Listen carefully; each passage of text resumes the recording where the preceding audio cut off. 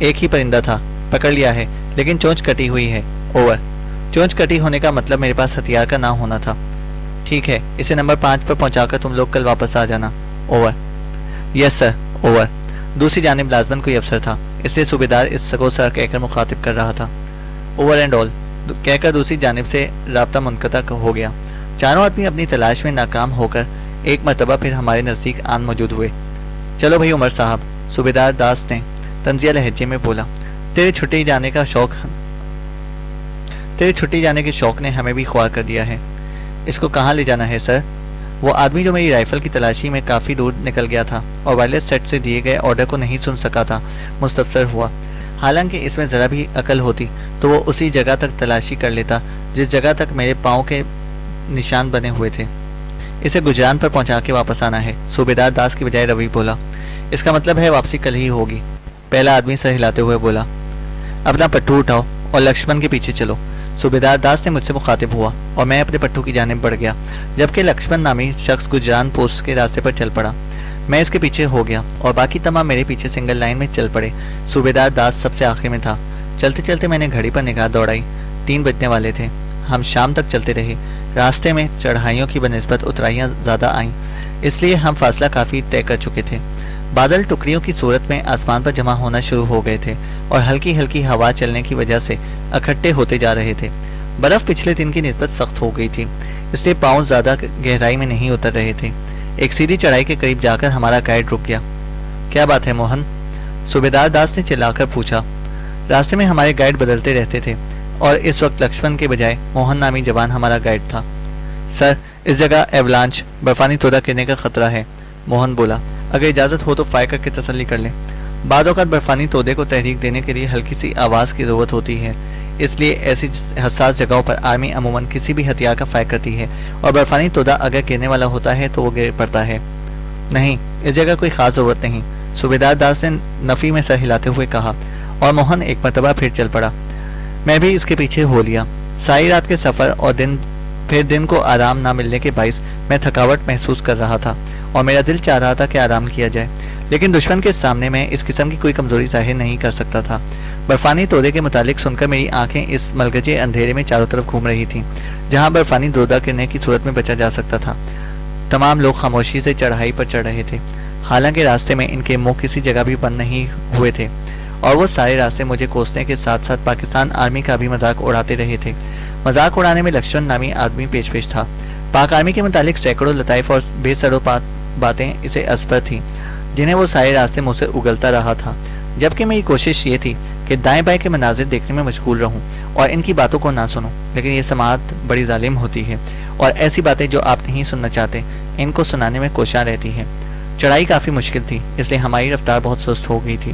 ان تمام کی باتوں سے مجھے اندازہ ہوا تھا کہ اس چڑھائی کے بعد گجران تک کا کوئی قابل ذکر چڑھائی نہیں تھی۔ ہم اس چڑھائی کے درمیان تک ہی پہنچ پائے تھے کہ اچانک ایک تیز گھڑگھڑاہٹ سنائی دی۔ یہ آواز میرے لیے نامانوس نہیں تھی۔ ٹاپ 3 پر رہتے ہوئے میں نے یہ آواز کئی مرتبہ سنی تھی، اور یہ بلا شبہ اس آفت کی آواز تھی جسے برفانی تودہ کہتے ہیں۔ اس کی ہلاکت آفرینی سے صرف وہی لوگ واقف ہوں گے جن کو برفانی علاقے میں رہنے کا اتفاق ہوا ہو۔ اس میں پھنسنا 99% موت تھی۔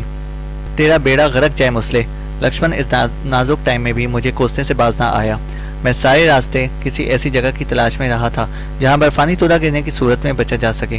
اس وقت بھی میری نظر کسی ایسی ہی جگہ کی تلاش میں تھی، مگر ارد گرد کوئی ایسی جگہ موجود نہیں تھی۔ گڑگڑاہٹ کی آواز سنتے ہی میں نے سب سے پہلا کام تو یہ کیا کہ اپنا پٹھو اپنے کندھوں سے نکال کر پھینکا۔ اس کے ہوتے ہوئے میں اپنا دفاع کھل کر نہیں کر سکتا تھا۔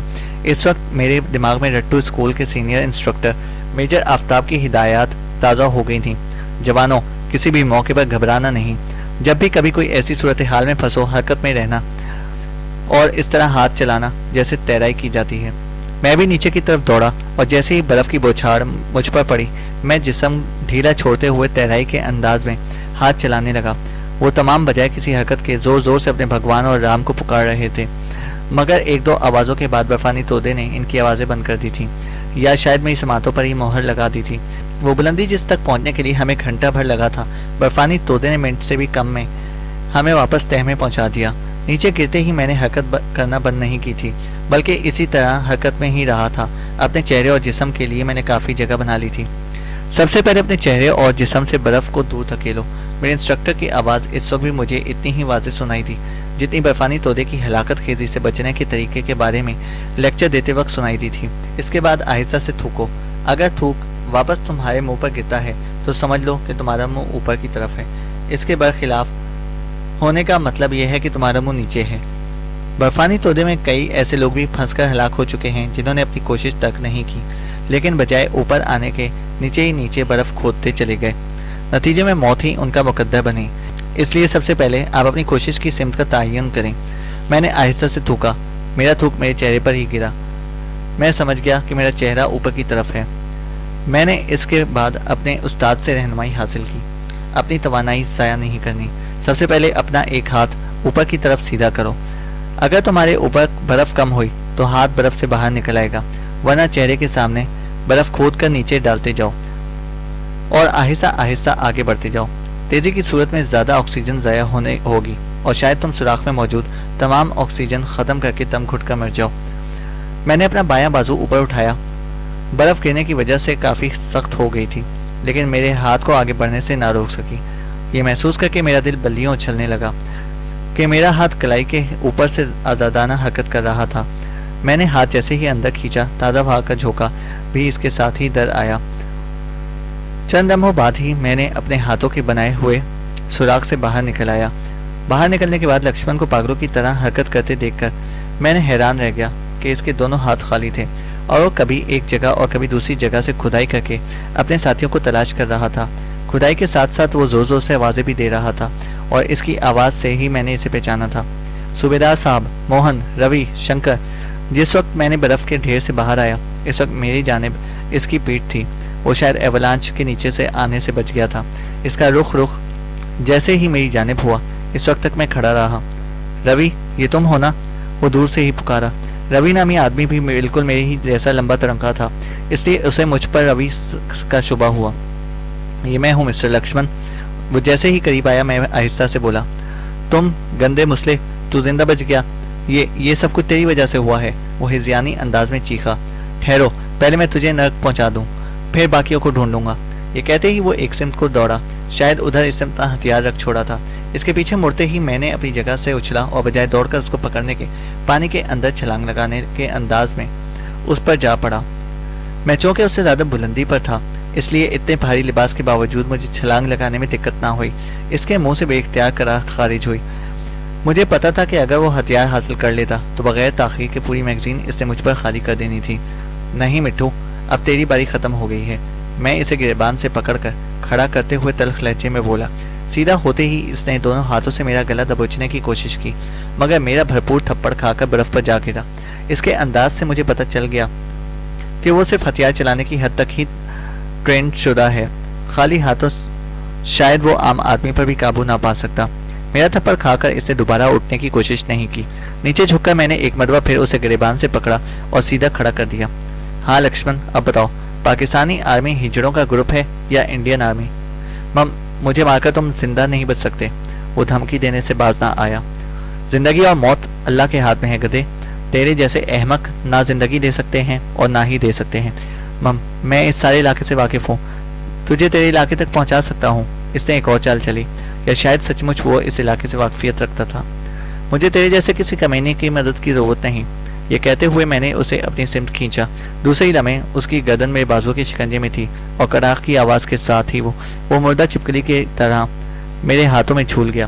اس کی تلاشی لینے پر مجھے اس کی جیبوں سے ایک فالتو میگزین، تھوڑی نقدی اور چند فوٹو ملے۔ فوٹو میں نے واپس اس کی جیب میں ڈال دیے، البتہ پیسے اور میگزین اپنے پارکے کی جیب میں ڈال دی اور پھر اسے گھسیٹ کر اسی گڑھے میں ڈال دیا جس میں سے خود نکلا تھا۔ گڑھے کو برف سے پاٹ کر میں اس کا ہتھیار تلاش کرنے لگا۔ تھوڑی سی تلاش کے بعد مجھے اس کا ہتھیار مل گیا۔ اپنا پٹھو مجھے تلاش کرنے پہ بھی نہ ملا، حالانکہ اس کی مجھے اشد ضرورت تھی۔ اس کے بغیر خوراک کی ضروریات کا پورا کرنا مشکل ہو جاتا۔ بہرحال پٹھو کے لیے وہاں کھدائی نہیں کر سکتا تھا اور میرے لیے اس جگہ کا جلد از جلد چھوڑ دینا نہایت ضروری تھا۔ آسمان پر بادلوں کی حکمرانی تھی، ستارے بالکل نظر نہیں آ رہے تھے۔ ایسی صورت میں سمتوں کی پہچان میرے لیے مشکل ہو گئی۔ میں صرف اندازہ ہی لگا سکتا تھا اور اندازے سے ہی ایک سمت کو بڑھ گیا۔ کچھ قارئین کو میرے سمت کا اندازہ نہ ہو سکنے کی بات ہضم نہیں ہو رہی ہوگی، اور ایسا محسوس کرنے والے وہ ساتھی ہوں گے جن کو اپنے علاقے سے باہر جانے کا موقع نہ ملا۔ ورنہ ایسے حضرات جن کو دور دراز سفر کا موقع ملا ہو وہ بلا شبہ مجھ سے متفق ہوں گے۔ میں نے کوشش کی کہ جس راستے پر ہم چل کر آئے تھے اس سے تھوڑا ہٹ کر چلوں، البتہ سمت وہی برقرار رکھی، کیونکہ اسی طرف چلتے ہوئے میں جلد از جلد انڈیا کی حدود پار کر سکتا تھا۔ پوسٹ سے چلتے وقت پانی کی جو بوتل تھی میں نے جیب میں ڈالی تھی وہ اب تک میری جیب میں ہی تھی۔ بوتل نکال کر میں نے 2 گھٹ پانی پیا، بلکہ پانی پینے کی بجائے میں برف کو چبانا کھاؤں تو زیادہ بہتر ہوگا، کیونکہ پانی اس وقت تک برف میں تبدیل ہو چکا تھا۔ البتہ برف میٹھی تھی کہ اس میں وافر مقدار میں چینی حل تھی۔ تھکن اور تھوک سے میرا برا حال تھا، لیکن میں چلنے پر مجبور تھا۔ اپنی زندگی سے محبت سے زیادہ مجھے گھر کی فکر تھی۔ مجھے اندازہ تھا کہ جلد از جلد گھر پہنچو سے چچا کی کیا مراد تھی۔ گنڈا پوروں کے درمیان جتنی آسانی سے دشمنی شروع ہوتی ہے اس کا ختم ہونا اتنا ہی مشکل ہوتا ہے۔ خاندان کے خاندان دشمنی کی بھینٹ چڑھ جاتے ہیں۔ ان سخت دلوں میں اگر کوئی اچھائی تھی تو صرف اتنی کہ عورتوں پر ہاتھ نہیں اٹھاتے تھے، لیکن گولی اور آگ کسی عورت کو نہیں پہچانتی، کیونکہ کئی دفعہ ایسا بھی ہوا کہ مخالفین کے گھر کو آگ لگا دی گئی، جس کے باعث عورتیں اور بچے تک جل گئے تھے۔ مختلف قسم کے اندیشوں اور وسوسوں میں گھرا میں آہستہ آہستہ چل رہا تھا۔ گرم جیکٹ اور پاجامہ پٹھوں میں رہ گیا تھا، اس لیے 10-15 منٹ سے زیادہ آرام کے لیے رکنا میرے لیے ممکن نہیں رہا تھا۔ مجھے چلتے ہوئے بمشکل 1.25 گھنٹہ ہی ہوا ہوگا کہ ہلکی ہلکی برف باری شروع ہو گئی۔ میں نے اپنا سفر جاری رکھا کہ رکنے کا مطلب موت تھا، اور برف کی موت آگ میں جلنے سے بھی زیادہ بھیانک ہوتی ہے۔ برف باری آہستہ آہستہ تیز ہو گئی تھی۔ آگے جا کر راستہ 2 اطراف میں منقسم ہو گیا۔ کچھ دیر وہاں ٹھہر کر میں نے اللہ کا نام لیا اور ایک سمت میں چل پڑا۔ راستہ تقریباً ہموار ہی تھا۔ اچانک مجھے دور سے ہلکی سی روشنی کی جھلک دکھائی دی۔ یہ انڈیا کی کوئی پوسٹ ہی ہو سکتی تھی۔ میں نے اپنا رخ روشنی کی جانب موڑ لیا کہ کچھ کھانے کی سبیل کی جائے۔ راستہ بتدریج اوپر کی طرف اٹھنا شروع ہو گیا تھا۔ نالے کی شمالی سمت میرے اندازے کے مطابق تھی، وہ کوئی اور سمت بھی ہو سکتی تھی، لیکن مجھے شمالی سمت محسوس ہو رہی تھی۔ ایک کافی اونچی ٹیکری تھی، وہیں سے روشنی کی شعائیں پھوٹ رہی تھیں۔ مجھے یہ پارٹیوں کے لیے راستے میں قائم کی گئی چوکی محسوس ہو رہی تھی۔ بعد میں میرا اندازہ بالکل درست ثابت ہوا۔ اس قسم کی چوکیوں پر سنتری بہت زیادہ مستعدی سے ڈیوٹی نہیں دیتے، اور ویسے بھی موسم اس قسم کا تھا کہ سنتری کا چوکس رہنا از حد مشکل تھا، لیکن اس کے باوجود ٹیکری کے اوپر چڑھتے وقت میں نے احتیاط سے کام لیا۔ روشنی کھڑکی میں لگے ایک شیشے سے نکل رہی تھی۔ یہ شیشہ غالباً سنتری کی دیدبانی کے لیے استعمال ہوتا تھا۔ چڑھائی چڑھتے ہی میں برف پر لیٹ گیا اور کرولنگ کرتا ہوا رہائشی کمرے کی سمت بڑھ گیا۔ نرم برف کے اندر کرولنگ کا اپنا ہی لطف ہے، لیکن وہ ایسا وقت نہیں تھا کہ میں وہ شغل میں جاری رکھ سکتا۔ جیسے ہی میں عمارت کے نزدیک پہنچا مجھے داخلی دروازہ دکھائی دیا۔ روشن کھڑکی اور دروازے کے مابین 10 فٹ کے قریب فاصلہ تھا۔ کچھ اور نزدیک جانے پر مجھے ریڈیو پر نشر ہونے والے وہ گانے بھی سنائی دینے لگے جو لازماً سنتری سن رہا تھا۔ میں آہستہ آہستہ سے زمین سے اٹھا اور رائفل کو دائیں ہاتھ میں پکڑ کر ایک دم دروازہ کھول کر اندر داخل ہوا۔ یہ ایک چھوٹی سی گیلری تھی جس میں تیل کے کین کے اوپر رکھا ریڈیو بج رہا تھا۔ ایک لالٹین دیوار کے ساتھ ٹکی ہوئی تھی، سنتری غائب تھا۔ مجھے دور سے جس کھڑکی کی روشنی نظر آئی تھی وہ رہائشی کمرے کی تھی۔ دروازے کے سامنے باتھ روم تھا جس میں مٹی کے تیل کا دیا چل رہا تھا۔ باتھ روم کا دروازہ کھلا تھا، اس کے اندر کوئی بھی موجود نہیں تھا۔ میں دبے قدموں اندر کی طرف بڑھا جہاں کسی کے باتیں کرنے کی مدھم آواز آ رہی تھی۔ میں نے دروازے سے کان لگائے، کوئی وائرلیس سیٹ پر بات کر رہا تھا۔ اس کی زوردار آواز دروازہ بند ہونے کی وجہ سے مجھے نہایت مدھم سنائی دے رہی تھی۔ پارٹی کے واپس پہنچتے ہی اطلاع دے دوں گا سر، اوور۔ دوسری جانب سے بھی کچھ کہا گیا لیکن مجھے واضح طور پر سنائی نہ دیا۔ ٹھیک ہے سر، اوور، وہ دوبارہ بولا۔ دوسری طرف سے شاید رابطہ ختم ہو گیا تھا کہ اس کے بعد مجھے کوئی آواز سنائی نہ دی۔ میں دروازے کے ساتھ اس طرح پیٹ کر کے کھڑا ہو گیا کہ سنتری کے اندر داخل ہوتے ہی اسے سنبھال سکوں۔ چند ہی لمحے بعد مجھے دروازے پر آہستہ سی آہٹ سنائی دی۔ میں چوکنا ہو گیا لیکن کمرے سے کوئی بھی برآمد نہ ہوا۔ مزید چند لمحے گزرنے پر میرے صبر کا پیمانہ لبریز ہو گیا اور میں کمرے کے اندر گھسنے پر تیار ہو گیا۔ گن دونوں ہاتھوں میں پکڑ کر میں نے ٹھوکر مار کر دروازہ کھولا اور تیزی سے اندر داخل ہو گیا۔ اندر 2 آدمی ہاتھوں میں تاش پکڑے کھیل میں مشغول تھے، باقی تمام کمرہ خالی پڑا تھا۔ میرے اندر گھستے ہی انہوں نے ہڑبڑا کر کھڑا ہونے کی کوشش کی لیکن میری دھاڑ سن کر اپنی جگہ پر ساکن ہو گئے۔ خبردار، اگر کسی نے حرکت کی تو بھون ڈالوں گا۔ دیواروں کے ساتھ ہتھیاروں کے لیے ریک بنا ہوا تھا جس میں 2-3 ہتھیار پڑے تھے۔ ایک مشین گن دیوار کے ساتھ کھڑی تھی جو لازماً سنتری کی تھی۔ ایک کمرے کے ایک کونے میں چھوٹا سا کچن بنا ہوا تھا۔ مٹی کے تیل کے 3 چولہے بھی پڑے ہوئے تھے۔ ایک چولہے پر چھوٹے دیگچے میں کچھ پک رہا تھا۔ تم کون ہو؟ دونوں میں سے ایک ہکلا کر بولا۔ مجھے چھوڑو، اپنی سناؤ، باقی بندے کہاں ہیں؟ میں چھوٹے قدموں سے چلتا ہوا ان کے نزدیک پہنچ گیا۔ باقی باقی بھی ادھر ہی ہیں, بس آتے ہی ہوں گے. اس بار بھی وہی بولا جو پہلی مرتبہ مجھ سے مخاطب ہوا تھا. بکواس کرنے کی ضرورت نہیں, مجھے جھوٹ سے نفرت ہے. تم لوگوں کی گفتگو میں سن چکا ہوں. کون سی گفتگو؟ ایک آدمی ہی مجھ کو مخاطب تھا, دوسرا خاموش کھڑا مجھے کینت اس نظروں سے گھور رہا تھا. وہی بکواس جو تم وائرلیس سیٹ پر کر رہے تھے. سن لی تو کیا ہوا؟ یہ کہتے ہی اس نے میرے پیٹ میں مارنے کے لیے لات گھمائی اور اپنے دائیں ہاتھ سے گن کی بیرل پکڑنے کی کوشش کی, لیکن اس کی ٹانگ کو حرکت میں آتا دیکھ کر میں ہلکے سے جمپ کے ساتھ تھوڑا سا پیچھے کو ہوا. وہ وار کے خطا ہونے پر اپنی جگہ ڈگمگا سا گیا, اور اس سے پہلے کہ وہ سنبھلتا میرے بائیں ٹانگ حرکت میں آئی اور برفانی علاقے کا وسیع پھوٹ ہتھوڑے کی طرح اس کی تھوڑی کے نیچے لگا. وہ اچھل کر نیچے بستر پر جا گرا. مجھے امید تھی کہ اگلے آدھے گھنٹے کے لیے اس کا ہوش میں آنا ناممکن تھا. کک ایسے لگائی جاتی ہے. خاموش کھڑے آدمی کی آنکھوں میں آنکھیں ڈال کر میں مزاحیہ انداز میں بولا, کیا خیال ہے تمہارا؟ مگر اب بھی وہ خاموش ہی رہا. گونگے صاحب, یہ باقی لوگ کہاں گئے ہیں؟ یہ تو بتانے کے قابل نہیں رہا. میں نے نیچے پڑے آدمی کی طرف اشارہ کر کے کہا, ہماری ایک پارٹی گم ہو گئی ہے. تمام لوگ اس کی تلاش میں نکلے ہوئے ہیں. پارٹی گم ہو گئی ہے؟ مگر کیسے؟ جیسے اس علاقے میں گم ہوتی ہیں بھائی ویسے ہی. آ گئی ہوگی کسی اولانچ کے نیچے, یا پھر راستہ بھٹک گئی ہوگی. کب سے گم ہے؟ میں مستفسر ہوا. آج شام سے ہی رابطہ نہیں ہو رہا. میں سمجھ گیا کہ صوبیدار داس کی پارٹی کی تلاش کے لیے دائیں بائیں کی نزدیکی پوسٹوں سے پارٹیاں روانہ کی گئی ہوں گی. اچھا یہ بتاؤ, یہاں سے پاکستانی سرحد کتنی دور ہے؟ یہاں سے؟ وہ حیرانی سے مستفسر ہوا. جی یہاں سے تو کافی دور ہے. راستے میں ہماری چند پوسٹیں آتی ہیں, ان سے گزر کر ہی آپ پاکستانی علاقے میں پہنچ سکتے ہیں. فاصلہ کتنا ہوگا؟ اندازاً 30-35 کلومیٹر ہوگا. کوئی مختصر راستہ؟ نہیں, اس موسم میں ناممکن ہے. اس نے نفی میں سر ہلایا. تمہارا نام؟ وہ چند لمحے میری آنکھوں میں دیکھتا رہا اور پھر بولا, عبداللہ. اور اس کا؟ میں نے نیچے پڑے شخص کی طرف اشارہ کیا. ہری چند. تو عبداللہ بھائی, پہلی بات تو یہ سن لو کہ مجھے سخت بھوک لگی ہے. کچھ کھانے کو موجود ہے تو میرے حوالے کرو. دوسرا, میری تھوڑی سی رہنمائی کرو تاکہ میں واپس پاکستان پہنچ سکوں, کیونکہ میں غلطی سے آپ کے علاقے میں آن پھنسا ہوں اور میرا اپنے آبائی علاقے بلکہ اپنے گھر پہنچنا بہت ضروری ہے. جتنی دیر ہوتی جائے گی میرا نقصان بڑھتا جائے گا. کیا آپ میرے ساتھ تعاون کرنا پسند کریں گے؟ دوستانہ صورتحال پیدا کرنے کے لیے میں نے رائفل کندھے کے ساتھ لٹکا لی. آپ جو بھی ہیں بھائی, میرا مشورہ آپ کو یہی ہے کہ جلد از جلد یہاں سے نکلنے کی کوشش کرو, کیونکہ کسی بھی لمحے وہ تمام یہاں پہنچ سکتے ہیں اور تم اکیلے شاید 10 بندوں کا مقابلہ نہ کر سکو. اس دیگچی میں کیا ہے؟ اس کی باتوں کو نظر انداز کر کے میں نے چولہے پر رکھی دیگچی کی طرف اشارہ کر کے پوچھا. چائے, وہ مختصراً بولا. ویری گڈ کہہ کر میں آگے بڑھا اور چولہے کے ساتھ رکھے کپ میں چائے نکال کر گرم گرم چائے سے لطف اندوز ہونے لگا. عبداللہ نے اپنی جگہ سے ہلنے کی کوشش نہیں کی تھی. میں بظاہر اس سے غافل بنا ہوا تھا, لیکن حقیقتاً اس کی ذرا سی حرکت میں ایکشن لے سکتا تھا.